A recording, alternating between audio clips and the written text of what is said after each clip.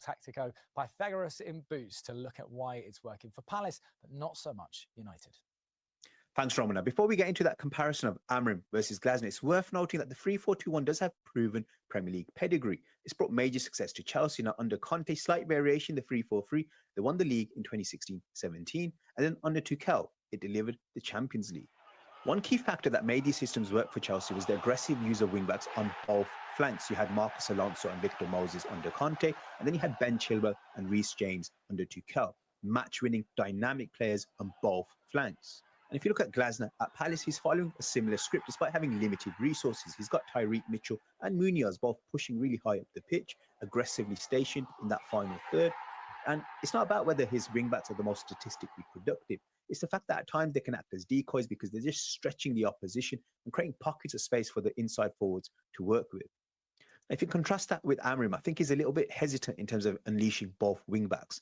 With Dorgu, he definitely gives him the license to get forward and penetrate down that left-hand side. I think on the right-hand side, he's always looking for more defensive balance. And we've seen selections such as Mazraoui, who's not really productive in the final third. He's more of a fullback than a wing-back.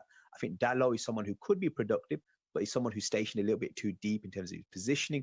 I think then when you look at someone like Ahmad, when he comes into the side, I think United do look more fluid and they look more attacking.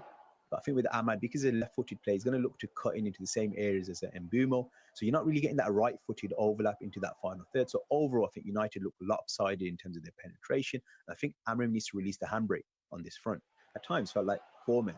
Now, whilst Kante was the glue, next to him, they had players like Matic or Jorginho, players who were positionally very aware, could pick up the ball from deep and dictate the rhythm of the game from deeper areas. So there's a sense of control and stability despite having just 2 men. It means Bruno's playing every single game regardless of the nature of the opposition.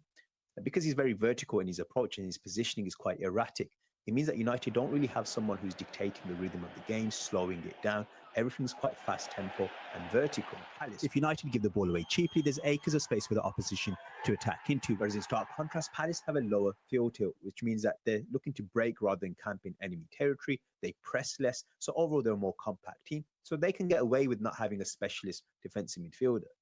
One final factor to consider with the 3-4-2-1 is the role of the centre forward, who acts as the spearhead of the attack and also the focal point. He's a player that needs to be able to run the channels, hold up the ball for a sufficient